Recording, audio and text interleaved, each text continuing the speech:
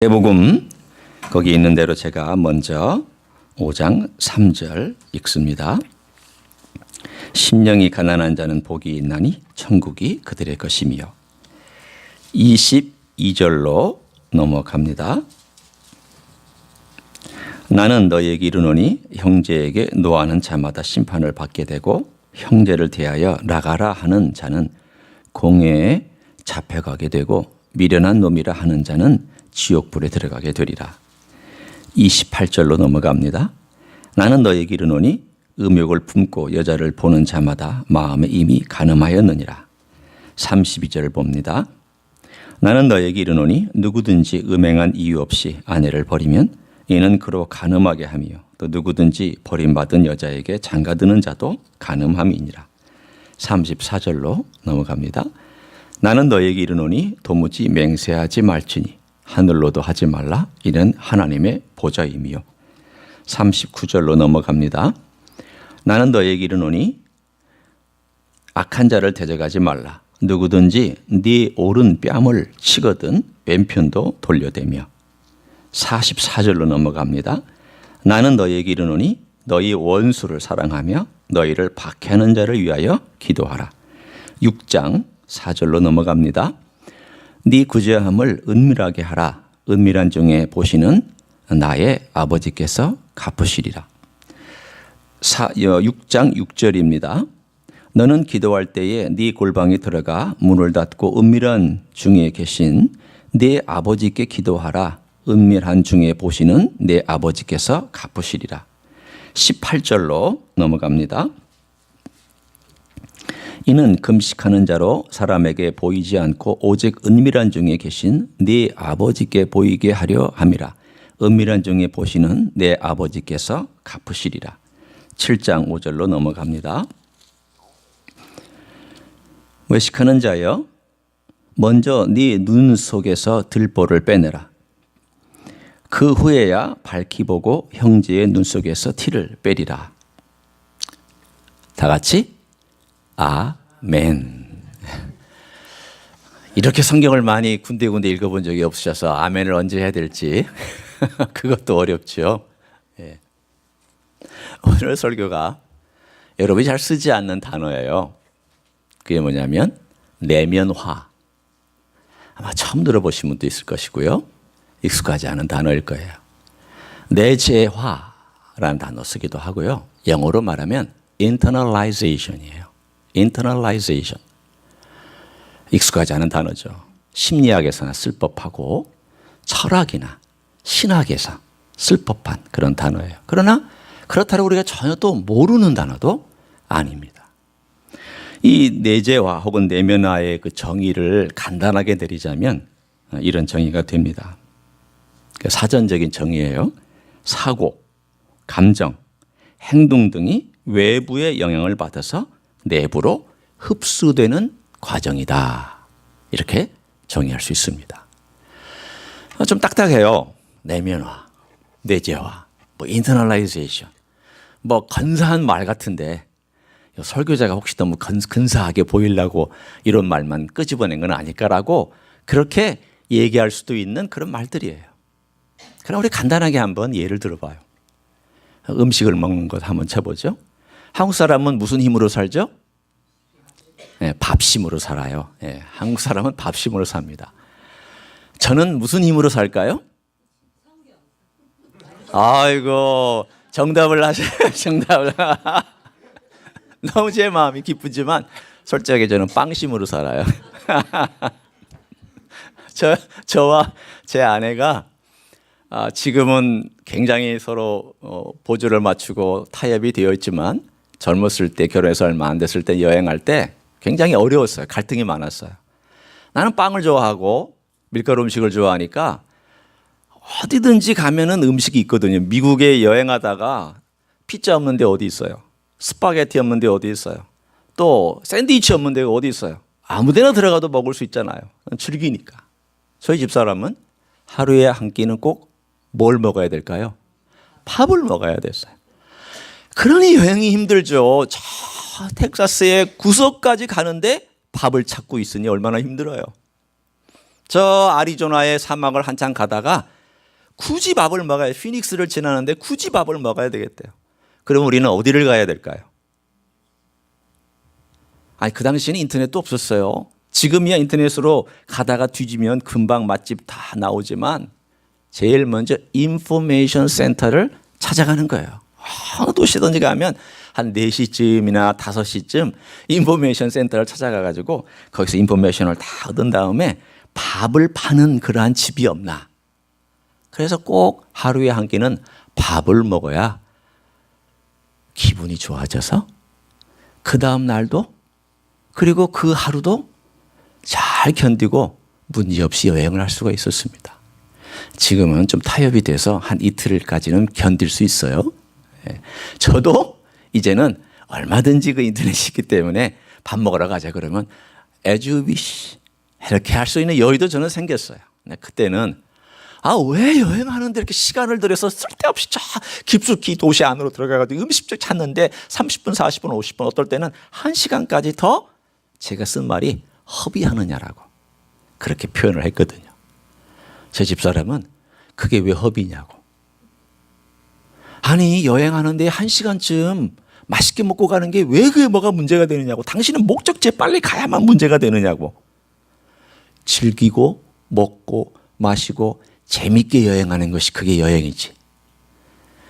맞죠? 네, 맞아요. 그런데 남자와 여자의 차이점이 그때도 많이 나타났습니다. 자, 밥심으로 우리가 삽니다. 그 밥을 이제 먹어요.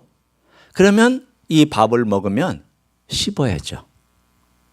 죽이나 혹은 밈이나 혹은 스프가 아닌 이상은 씹어야 돼요. 밥하고 반찬을 씹어야죠. 씹은 다음에 어떻게 해요? 식도로 삼켜서 내려가야 돼요. 제 재수 씨는 식도암에 걸려서 치료를 받고 지금 완쾌가 돼서 생활해요. 그런데 식도를 3분의 1을 잘라냈기 때문에 식도를 늘여놨어요. 그러니까 식도가 얇아요. 얇으니까 좁아져요. 1년에 한 번씩 여기다가 관을 집어넣어서 이걸 넓혀줘야 돼요. 먹는 게 얼마나 힘든지 몰라요. 씹어도 삼키는 게 어려워요. 여기서부터 위까지 내려가는 게 이게 보통 일이 아니에요. 여러분이 지금 의식하지 못하고 먹는 걸 너무 감사하셔야 돼요.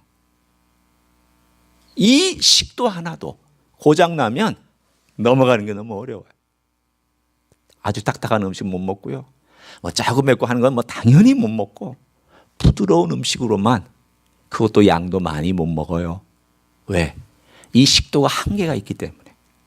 자, 이 식도를 통과해서 위로 들어갔다 쳐요. 그러면 그게 다 끝인가요? 아니죠. 위산이 나와야 되고 효소가 나와서 이것들을 분해하고 또 분해된 것들을 위로부터 시작해서 장으로 내려가기까지 흡수해야 돼요. 그런 다음 배설도 잘 해야 되고 그리고 나서 내 몸에 들어온 그 요소 단백질이라든가 지방이라든가 필요한 모든 영양소들이 몸에 골고루 다 공급이 되어서 피를 통하여 그리고 내 필요한 과정들을 통하여서 내 몸의 일부가 되어야 그게 정말 밥심이 되는 거죠. 이 중에 어느 하나라도 문제가 생기면 탈이 나면 안 됩니다. 이가 성치 못해가지고 씹는 것이 어려워도 문제고 식도가 고장이라도 문제고 위가 고장이라도 문제고 장이 고장이라도 문제고 다 고장이 나면 어느 거 하나 고장 나면 제대로 될 수가 없어요. 자, 여러분 이걸 내면화의 과정이라고 생각해 보시면 돼요. 인터널라이즈 되는 이 과정을 한번 생각해 보세요. 음식이 내 안에 들어와서 인터널라이즈 내 것이 될 때까지 이 밟는 과정이 우리의 삶 속에서 주님을 배워가고 말씀을 읽는 거하고도 똑같은 원리가 작용됩니다. 예를 들어 볼게요. 이제 우리 좀 정신적인 거나 관계적인 면에서 한번 생각해 보겠습니다. 갓난장이가 태어납니다.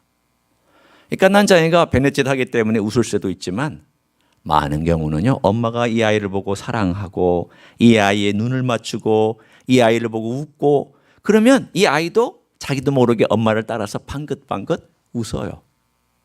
그러다가 첫 마디에 엄마라고 하면 이 엄마는 세상을 다 얻은 것 같아요.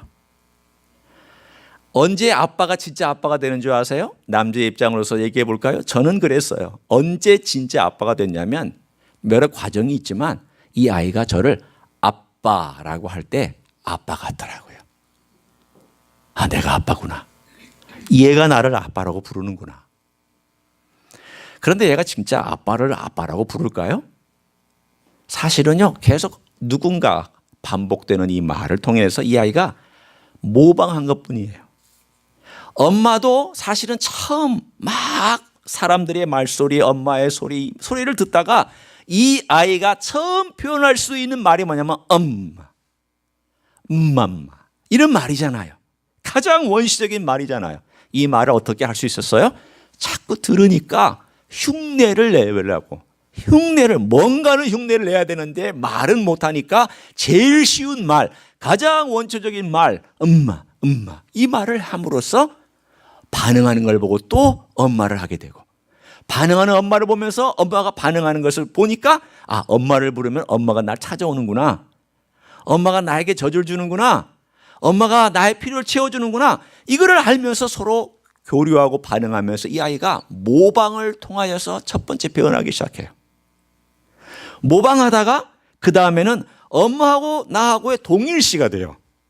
처음에는 행동을 따라하다가 그 다음에는 내 정신과 마음과 의식이 동일하게 엄마의 가치관이 내 안에 들어오고 엄마의 표정이 내 안에 스며들어와서 자리 잡게 되고 엄마의 말투가 내 안에 들어와서 의식적으로 정신세계를 지배하게 되고, 엄마가 부정적인 말을 하면 부정적인 것이 들어오고 긍정적인 말을 하면 긍정적인 것이 들어오고, 엄마가 사랑의 말을 하면 사랑의 말이 들어오고 엄마가 이상한 말을 하게 되면 이상한 말이 들어와서 결국은 내 안에 엄마와 동일시되는, 아이덴티파이하는 그러한 과정을 겪어가요.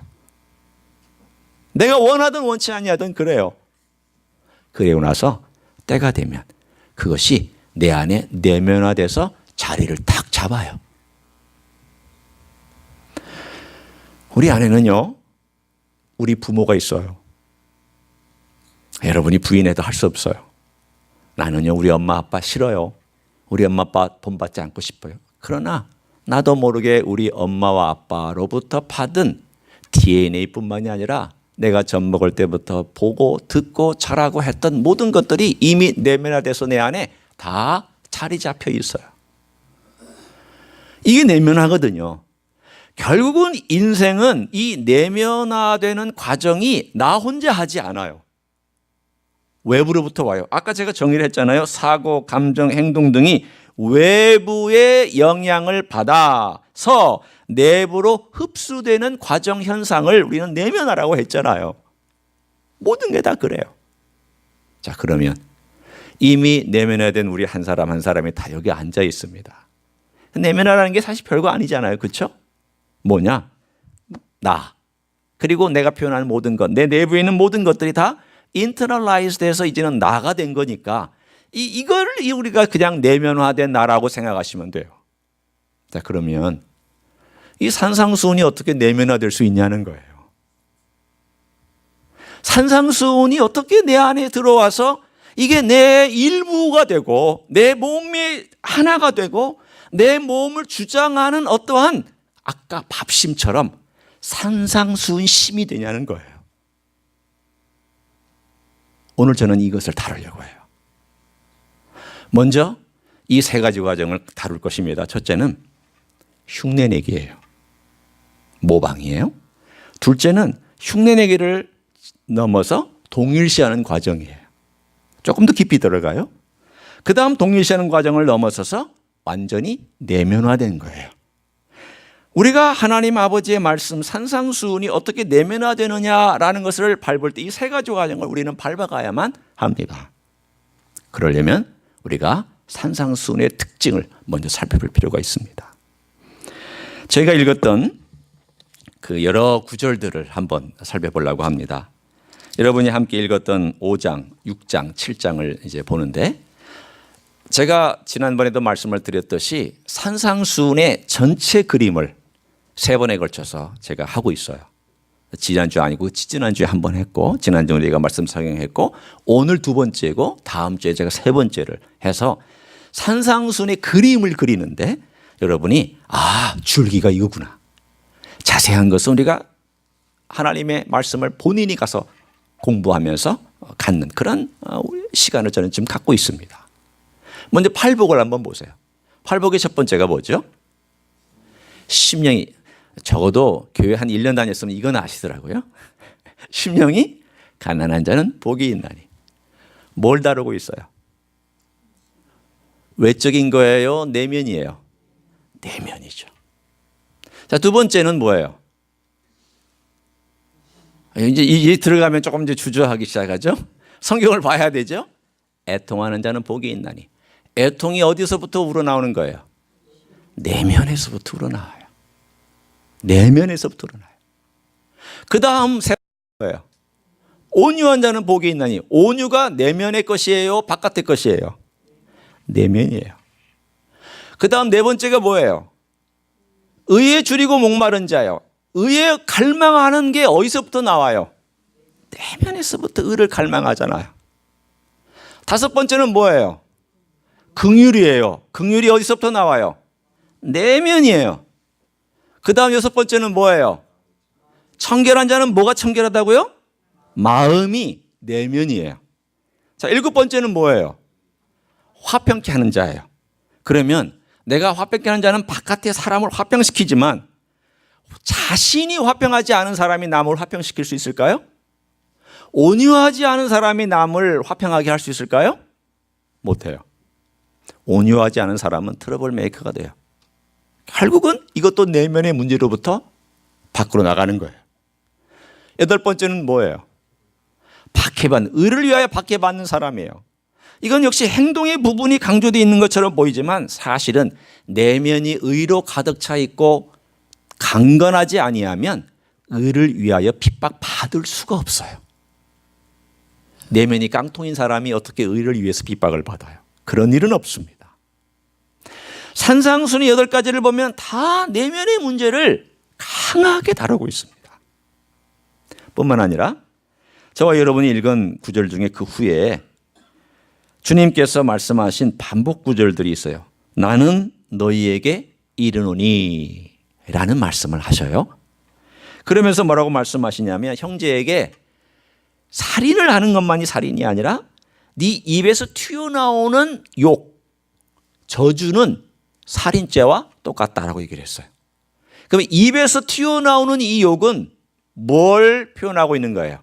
내 내면의 마음에 있는 악함을 표현해내는 거예요. 주님께서 지금 다루시고 있는 이 산상순의 내용을 잘 보세요.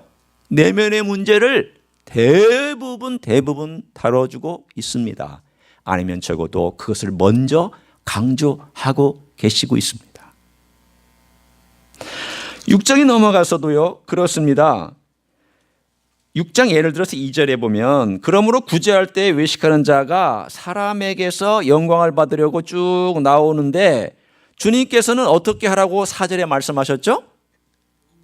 은밀하게. 왜 은밀하게 해요? 사람의 눈을 의식하지 아니하고 하나님을 바라보고 자기 그 내면의 세계를 오늘 여기서 얘기해 주고 있는 거예요. 은밀하게. 7장에 우리가 또 한 번 읽었던 구절이 있죠. 7장에 뭐라고 7장 5절 되어 있냐면 외식하는 자여 먼저 내 눈에 있는 들보를 빼내야 그 속에 밝히 보고 형제 눈 속에서 티를 빼리라. 내 눈 속의 들보는 사실 어디에 있는 들보예요?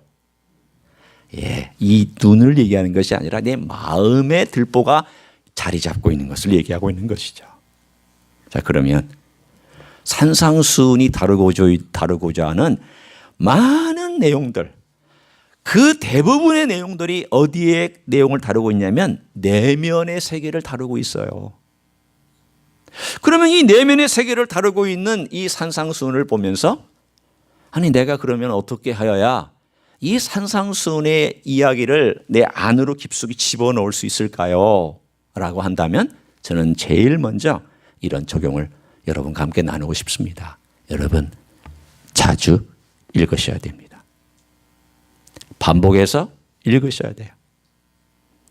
지금 이번 주 한 주 동안 이제 2월 마지막 주부터 3월 첫째 주까지 저와 여러분이 한 가지 좀 약속을 했으면 좋겠습니다. 산상수훈 5장, 6장, 7장이니까 짧죠. 석장밖에 안 돼요. 이걸 매일 한 번씩 읽으십시오. 근데 이렇게 얘기하면 약속을 안 지켜요. 그래서 저와 여러분이 저를 좀 따라해 주세요. 나는 매일 산상수훈을 한 번씩 읽겠다. 읽으셔야 돼요. 저와 여러분이 약속한 거니까. 왜 이게 중요하냐면 여러분 예수님을 배우고 싶거든. 다른 데 읽지 마세요. 일단 서신서 읽지 마세요. 창세기부터 시작하지 마세요. 예수님을 배우고 싶거든 마가복음 읽으세요. 그 다음 누가복음 읽으세요. 그 다음 마태복음 읽으세요. 그 다음 요한복음 읽으세요. 그리고 복음서를 반복하세요. 정말 예수님을 배우고 싶거든. 왜냐하면 내가 사랑하면 배우고 싶어요. 왜 내가 엄마나 아빠를 따라가냐면 엄마와 아빠가 나에게 사랑을 주기 때문이에요. 나도 모르게 사랑하는 그 사람, 나하고 시간을 제일 많이 보내는 그 사람을 모방하고 싶어하고 따라하고 싶어요. 그런데 또 반대로 내가 모방하다 보면 사랑하게 돼요. 사람이란 묘합니다. 내가 사랑하기 때문에 모방하지만 모방하다 보면 더 사랑하게 돼요. 내가 예수님을 사랑한다고 고백하는 것은 예수의 말씀을 자꾸 읽는다는 뜻이고 읽다 보면 예수님이 보여서 더 사랑하게 돼요. 이게 계속해서 반복해서 우리의 삶 가운데 나타나기 시작합니다. 읽으셔야 돼요. 이게 음식을 씹는 과정이에요. 내가 찾고 소리를 내어 읽든지 시간을 내어 읽든지 반복해서 읽든지 특별히 여러분이 복음서 전체를 읽기가 너무 힘들거든 산상수훈만이라도 5장, 6장, 7장을 반복해서 읽으시고 또 읽으시고 또 읽으시므로 예수님의 그 이미지를 그 안에서 보는 거예요. 아, 이게 예수님의 이미지구나. 팔복이 예수님 이야기구나. 아, 예수님께서 이렇게 하라고 말씀하셨구나. 예를 들어서 오늘 예수님께서 너희 원수를 만나거든 오른뺨을 너 치거든 왼뺨 너 돌려대라. 자, 우리 한번 그림을 그려봅니다. 자, 여러분이 그러실 일은 없지만 상대방의 뺨을 때린다고 생각하세요. 그림을 그려보는 거예요. 이런 그림은 별로 좋은 그림은 아니죠. 그냥 뺨 때리는 걸 상상하려면 화가 나야 되는데 이건 좀 굉장히 기분 나쁜 그림이잖아요. 그러나 우리가 그림을 한번 그려보기 위해서 제가 여러분과 한번 상상을 해보는 거예요. 상대방의 오른뺨을 때리려면 어떻게 때려야 내가 때릴 수 있을까요? 이렇게 때리면 어디를 때려요? 왼쪽 때리죠. 오른뺨을 때리려면 어떻게 때려요? 이렇게 때려야 돼요. 왼쪽으로 때리는 게 왼손으로 때리는 게 아니에요. 굉장히 창의적인 발상을 하셨어요. 아주 창의적인 발상을 하셨는데 이렇게 때리는 게 아니고 제가 한번 해볼까요? 이렇게 때리는 거예요. 그러면 내가 이렇게 때리는 것보다 동작이 훨씬 크고요. 내 몸을 돌려야 되고요. 상대방을 엄청 무시하고 멸시하는 거예요. 그 당시에도 손등으로 때리는 뺨은 어마어마한 무시했어요. 넌 정말 무엇보다도 못하다. 그런 뜻이에요. 그러면 지금 내가 여기를 맞았다는 것은 상대방의 오른손 등으로 내가 여기를 맞았다는 건데 어떻게 하라는 거예요? 우리 같으면 어떻게 하겠어요? 우리 같으면 이렇게 하죠. 멱살 잡거나 싸우죠. 힘없으면 어떻게 해요? 돌아가면서 욕하고 저주하겠죠. 주님은 어떻게 하라고 말씀하셨어요? 왼뺨을 돌려대라.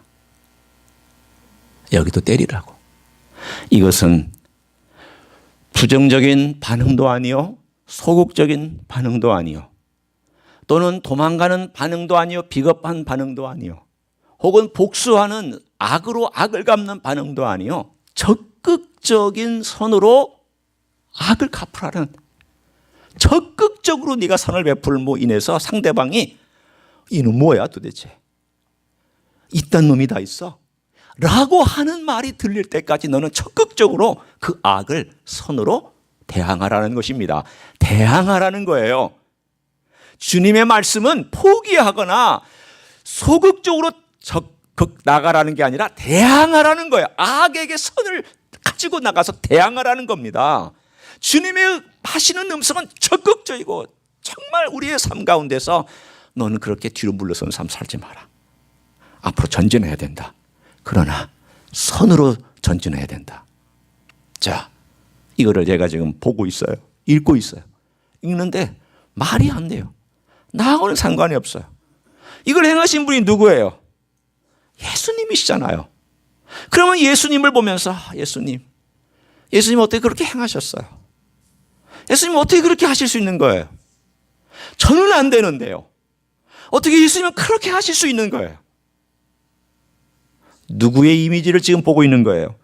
말씀을 계속 읽으면서 그 가운데 예수 그리스도의 이미지를 떠올리면서 보는 거예요.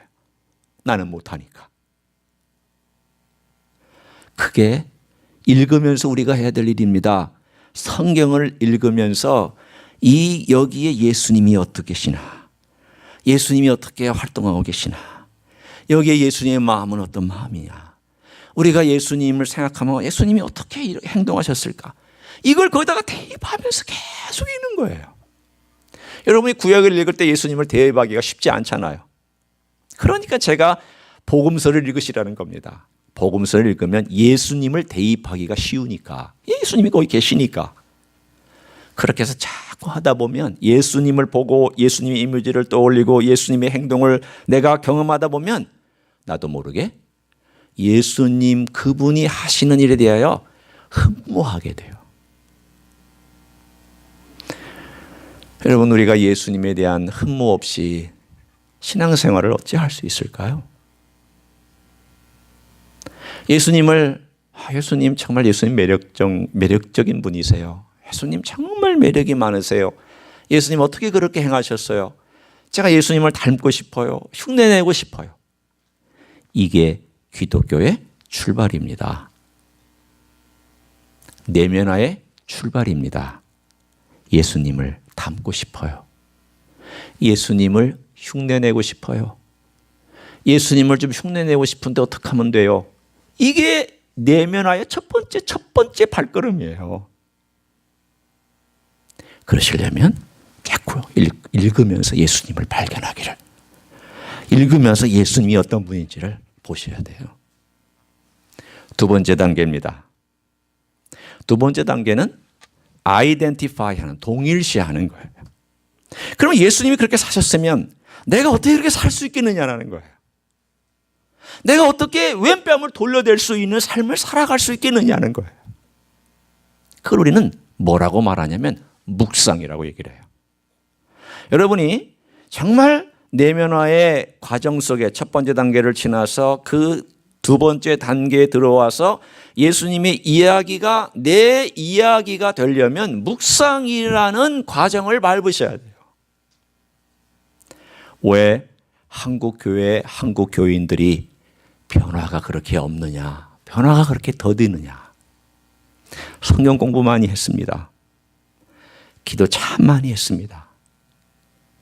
그리고 통성 기도도 하고 산기도도 많이 하고 온갖 종류의 제자 훈련 받았습니다. 디사이플십, 사랑의 교회도 하고 뭐도 하고 저도 해봤고요. 문제는 사람들이 잘 안 바뀌는 거예요. 뭐가 문제일까요? 묵상이 없어요. 묵상이라는 게 뭔가 제가 지금 설명합니다. 묵상은요, 씹어 먹었던 그 음식이 내 안에 들어와서 분해가 되어서 흡수되는 거예요. 흡수되는 과정이에요. 분화가 되어서 흡수가 돼야 되는데 씹어 먹기는 했어요. 열심히 성경 공부한다고 찾아가서 답은 너무 잘 알아요.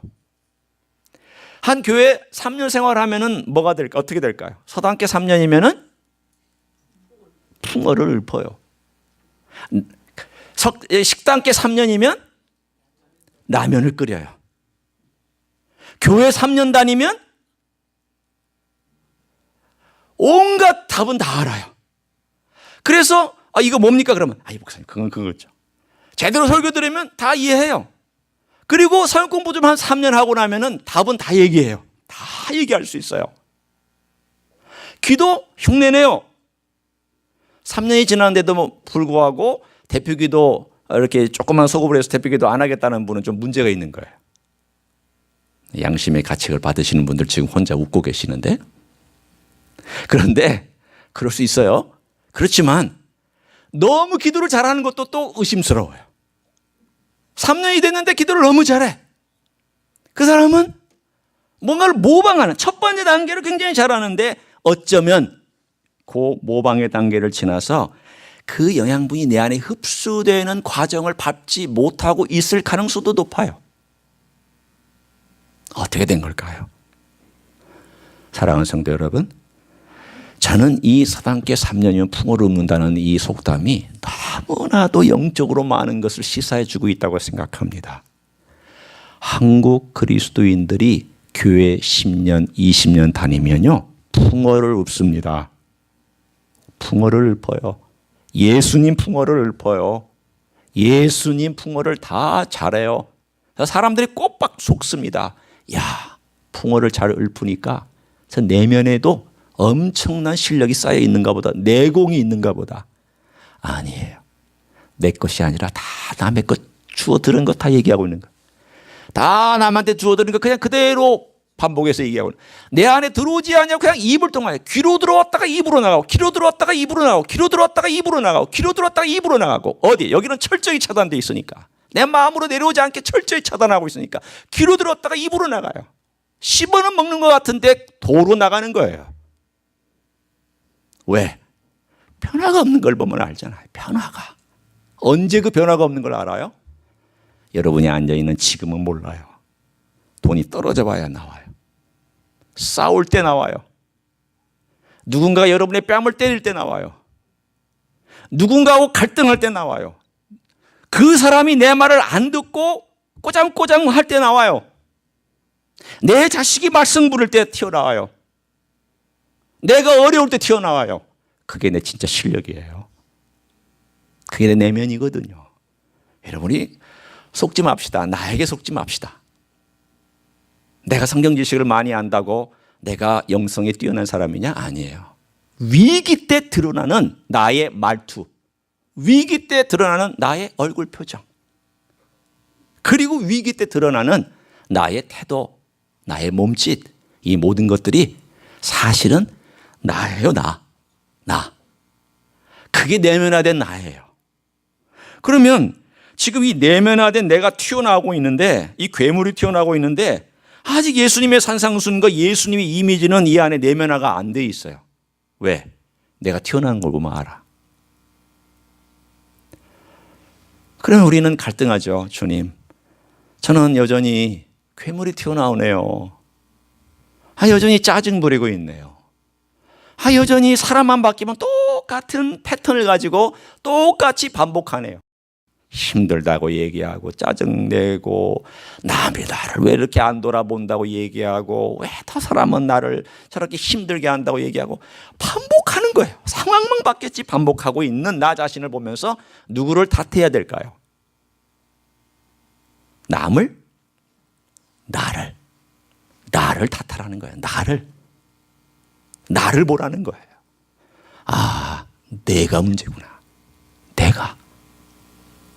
주님께서 산상수훈을 주신 것은요, 우리로 하여금 주님의 행한 그것을 이렇게 쭉 읽으면서 주님이 이러시구나, 주님이 이러시구나 보고, 그 다음에 이것을 딱 나를 비췄더니 내가 보이면서 나는 괴물이구나, 나는 괴물이구나, 나는 괴물이구나. 이걸 보고 주님 도와주세요. 주님 내 안에 들어와서 좀 역사해 주세요 라고 내 삶을 주님께 묵상하며 집중하는 거예요. 어떤 그 부분이 걸렸거든 그걸 가지고 주님 앞에 붙잡고 그 말씀이 내 안에 들어와서 자리를 잡게 해달라고. 그래서 주님의 이미지와 주님의 그 성품과 주님이 내 안에 자리를 잡아서 위기의 순간에도 주님이 튀어나오게 해달라고. 그 위기의 순간에도 주님께서 나오게 해달라고. 그게 두 번째 과정에서 우리가 갈등하면서 경험해야 되는 거예요. 이게 어려워요. 한국교회에 이게 없었어요. 그냥 말씀 가르치면 알아서 잘 성장하겠거니, 기도 열심히 하면 성장하겠거니, 안 되더라고요. 사람이 얼마나 묘한지요. 빠순이에요. 영적으로 답만 탁탁탁탁 얘기할 줄 알고, 기도도 탁탁탁탁 할 줄 알고, 자기 내면의 세계의 그 모든 것들이 내려오는 것은 얼마나 엄격하게 차단하고 있는지 그 말씀이 내려올 수가 없어서 결국은 그냥 영적인 빠순이 빠돌이처럼 그냥 그렇게 반질반질하게 살아가는 우리의 모습을 보면서, 야, 악하구나, 내가 악하구나, 내가 저질이구나, 내가 악질이구나, 내가 정말 주님을 닮아갈 수 없는 못난 인생이구나, 괴물이 내 안에 있구나. 여러분, 여러분을 얘기하는 게 아니에요. 저를 얘기하고 있는 거예요. 괴물이 내 안에 있다는 것을 알고 주님으로 옷 입으려고 주님 앞에 와서 가만히, 어떨 때는 창피해서 얼굴을 들지 못하고, 어떨 때는 주님 앞에 와서 눈물로 기도하고, 어떨 때는 주님께서 내 삶을 좀 도와달라고 주님 앞에 손 들고 와서, 주의 전부의 의지 없어서 손 들고 옵니다 라고 기도하면서 주님의 도우심과 은혜를 구하면서 자꾸 이 괴물이 한쪽으로 나가고 주님이 들어와서 그 괴물의 힘을 빼도록 하는 그 과정이 뭐냐? 묵상이에요. 이 과정 없으면 변화되지 않습니다. 이 과정에서 성령께서 역사하시는 거예요. 내 안에 들어와서 성령님이 역사하시려면 이 묵상하는 과정이 있어요. 역사를 강하게 하세요. 강하게. 우리 영적인 반질이 안 됐으면 좋겠어요. 성경 지식 탁탁탁 얘기하는 기계가 안 됐으면 좋겠어요. 기계는요, 딱 집어넣으면 톡 튀어나오고, 집어넣으면 톡 튀어나와요. 영적인 기계가 되면 안 돼요. 우리의 삶은 정말 두 번째 단계, 묵상하는 단계 필요합니다. 소화시키는 단계가 필요해요. 그리고 나면 세 번째 단계가 넘어가는 거예요. 세 번째가 뭐냐면, 내가 씹어서 먹고 이것이 분해돼서 소화가 되면 내 몸의 일부가 되는 거잖아요. 그 내 몸의 일부가 되는 그 과정이 이제는 세 번째 단계인데, 그것은 삶 속에서 해보는 거예요. 그대로 해보고 순종해보고, 그리고 그것이 내 삶 가운데서 자리를 잡도록 연습해보는 그 과정이에요. 그게 인터널라이제이션이에요. 사실은 묘한 과정이에요. 여러분, 운동도요, 몸으로 배우지 머리로 배우지 않아요. 물론 처음에는 머리로 배웁니다. 제가 그 얘기를 언젠가 한번 제 아내한테 했어요. 운동은 몸으로 하는 거야, 몸으로. 그랬더니 나는 머리로 하는데? 그러더라고요. 그래서 무슨 소리야, 운동은 몸으로 해야지, 몸으로 뛰어다니고 근육이 기억을 해야지, 그래야지 하지. 아니야, 저 출발은 머리로부터 출발하는 거예요. 그래서 무슨 뜻인데, 테니스 그때 이제 막 얘기가 나왔을 때예요. 한참 전의 얘기입니다. 저는요, 테니스를 그냥 몸으로 배웠거든요. 막 뛰어다니면서. 저희 집사람은요, 테니스를 이렇게 하는데 몸으로 안 하고 유튜브를 딱 펼치더라고요. 그래서 유튜브에 테니스 레슨 강좌가 있어요. 뭐 없는 게 없어요. 유튜브에 온갖 레슨들 다 있잖아요. 그러니까 테니스 레슨을 딱 펴더니 포핸딩은 어떻게 하고 백핸딩은 어떻게 하고, 집에서 그 이미지 연습을 하는 거예요. 이미지를 가지고 그 유튜브를 보면서 이미지를 하더니, 이제 실전을 합시다 그랬더니 실전에 가가지고 실전에서 그대로 흉내를 내는 거예요. 물론 운동신경은 저보다 좋을까요, 나쁠까요? 이거 함부로 말하면 안 돼요. 왜냐하면 또 가서 여러분 분명히 잃을 걸 제가 알기 때문에. 저는 발언 안 했어요. 발언 안 했습니다. 분명히 운동신경은 어떠해요. 그런데 그 원리를 알고 있어요. 그 원리를 알고 그걸 몸으로 하다 보면은 돼요. 그러나 결론을 제가 얘기해 드리는 거예요. 결국은 뭐가 기억하고 있어야 될까요? 몸이 기억하고 있어야 돼. 그런데 몸이 기억하려면 머리로 기억하는 것보다 시간이 더 걸릴까요? 덜 걸릴까요? 더 걸려요. 어마어마한 시간이 걸려요.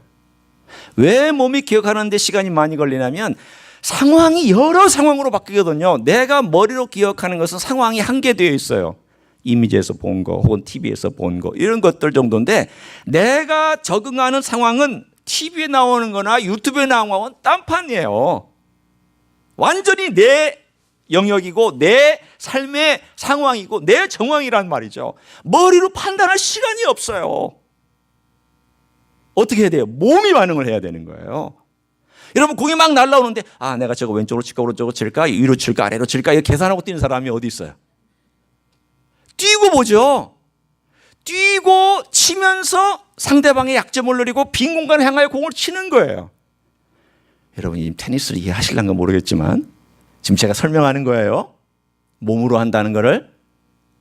여러분, 영성도 똑같아요. 영성도요, 몸이 기억해야 돼요. 내 몸이. 내 몸 전체가 주님을 기억하고 있어야지.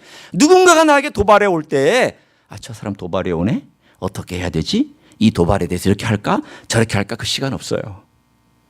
지금 막 상대방이 나에게 막 심한 말로 공격해 오는데 언제 내가 그걸 생각하고 있어요? 물론 우리는 훈련이 필요해요. 심호흡을 한번 하는 건 도움이 돼요. 이렇게 내가 심호흡을 한번 하면 일단은 내가 감정이 가라앉기 때문에 그 다음 반응하기가 도움이 돼요. 그거는 심리학자들, 상담학자들 가르쳐주는 훈련이에요. 저도 그렇게 하려고 많이 애를 써요. 누구와의 관계 속에서. 누구라고 말은 안 하겠습니다. 그렇지만 여러분, 우리의 삶 속에서 몸이 반응하자는 거잖아요. 내 몸이 만약에 괴물이 튀어나오면 내가 그 부분에 훈련이 안 된 거잖아요. 그런데 괴물 대신에 예수님의 온유와 사랑과 겸손이 튀어나오면 훈련된 거잖아요. 이게 훈련의 결과예요. 여러분이나 저는 예수님의 온유와 겸손을 타고날 때부터 가진 적이 없습니다. 죄송합니다. 여러분, 절대 타고난 적이 없습니다. 아무리 온유하게 보이는 사람이라 할지라도, 아무리 겸손하게 보이는 사람이라 할지라도 예수님의 온유와 겸손을 타고난 사람은 아무도 없습니다. 똑같이 착한 사람은 착한 대로 교만하고 악한 사람은 악한 대로 교만하고, 점잖게 보이는 사람은 점잖은 대로 악을 행하고 싸납게 보이는 사람은 싸나운 대로 악을 행하는 거예요. 똑같아요. 문제는 어디 있어요? 문제는 어디 있어요? 내가 예수님을 닮아서 그것을 삶 속에서 실천해 가고 있느냐예요. 예수님이 배운 예수님의 그 이미지가 내 안에 들어오고 예수님의 그 형상이 내 안에 들어와서 자리를 잡고 이것이 내 안에서 소화가 되고 흡수가 되고 내 몸의 일부가 되어서 그 순간에 몸이 기억하고 탁 튀어나오는 이런 삶을 살아가고 있느냐. 여러분, 산상수훈이 그렇게 돼서 한 가지 한 가지 내 삶 속에서 실천되어지는 삶을 살아가도록 주님께서 우리에게 산상수훈을 주셨어요. 이걸 보는 순간 이대로 살아야지. 천만의 만만의 말씀입니다. 그건 말도 안 되는 얘기고요. 그렇게 할 수도 없고요. 저나 여러분이나 그렇게 못해요. 흉내는 내더라도 못합니다. 흉내를 처음에 내다가 나는 안 되는구나 알고 주님의 도움을 구하고 성령님 구하면서 주님을 자꾸 먹고 입고 주님으로 내가 덧입고, 그리고 나서 그것이 준비가 되면 괴물이 튀어나오는 대신 예수님이 튀어나오는 이런 삶을 살아가는 게 그게 인터널라이제이션이에요. 그게 인터널라이제이션, 내면화라는 과정이에요. 이 내면화가 안 돼 있으면요, 기독교의 삶은 거칠의 겉모양 외식입니다. 주님께서 공격하셨던 외식이 다른 게 아니라 그겁니다. 사랑하는 성도 여러분, 저도 그걸 훈련하고 있거든요. 잘 안 됩니다. 솔직한 고백을 합니다. 잘 안 돼요. 솔직하게 잘 안 돼요. 그러나 저는 한 가지는 알고 있어요. 나는 못한다는 거 알고 있어요. 나는 못하는 거 알고 있어요. 주님이 해주셔야 되고 성령님이 해주셔야 된다는 거, 그건 하나는 알고 있어요. 의지하고 바라보고, 그래서 주님이 나를 통하여 나오실 수 있도록 거기까지 가야 돼요. 거기까지 가야 돼요.